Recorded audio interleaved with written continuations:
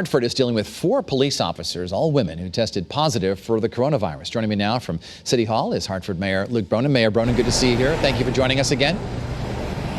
Good to be with you, Dennis, anytime. I'd like to ask you, first of all, in terms of these new cases, are you worried that this may spread throughout the force and it may decimate the force? Well, look, I think what's really important to understand here is these officers took personal travel to Spain before the CDC had put any guidance out about Spain. They came back before the CDC had put any advisories out about Spain, and we still said to them, please do not come back to work. So they have not been back in the department, back reporting for duty since they returned from their trip. Again, that's an example of where we're trying to go above and beyond what's legally required, even beyond what the CDC has mandated. And I hope that that decision has limited what might have been really significant exposure for our police department.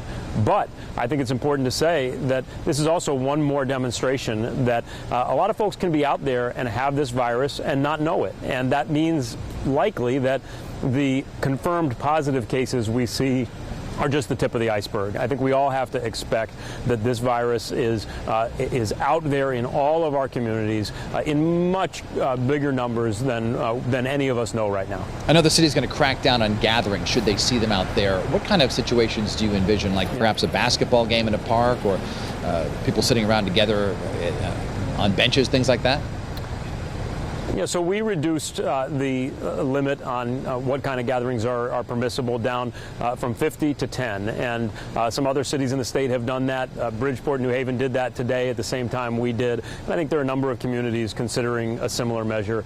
And that's really, number one, to be consistent with what the CDC is putting out, and number two, just to send an even stronger message to individuals and to families that you've got to really take this seriously, that unless you need to be out for work, if you're an essential employee, or if you need to be out getting necessities at the store, you really should be staying close to home. Now, that doesn't mean you can't go for a walk in the park or go for a run or get some fresh air, but you really should be avoiding gatherings. And we think it's important to send a very strong message about that, because the actions we take now will determine how long and how bad this gets. Mayor, a few seconds for just a final question. A lot of people have been asking me, these parking meters, they can be pretty germy.